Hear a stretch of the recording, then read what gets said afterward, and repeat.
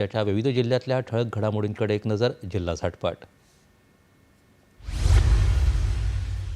रायगड जिल्ह्यात खालापूर पोलीस ठाण्याच्या वतीनं पोलीस पाटील, पत्रकार आणि पोलीस कर्मचारी यांच्यासाठी नवीन कायद्याच्या प्रशिक्षणाचं आयोजन.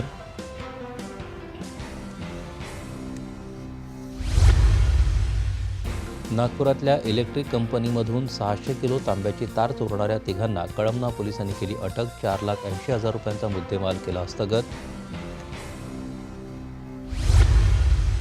रायगड जिल्ह्यात पनवेल इथं उलवेमधील अनधिकृत बांधकाम सिडकोनं केली निष्कासित. सिडकोचे उपाध्यक्ष विजय सिंघल यांच्या नेतृत्वाखाली राबवण्यात आली मोहीम.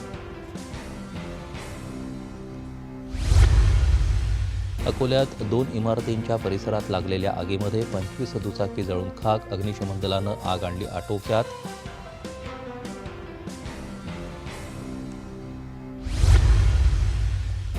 सांगली जिल्ह्यात GBS आजाराचे 11 रुग्ण, यापैकी 6 रुग्ण स्थानिक तर 5 रुग्ण बाहेरून आलेले.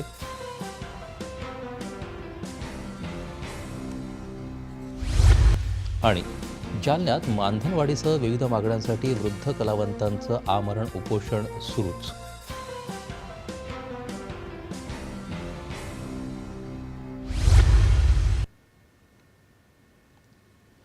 आगामी वेव्ज अर्थात जागतिक दृकश्राव्य आणि मनोरंजन शिखर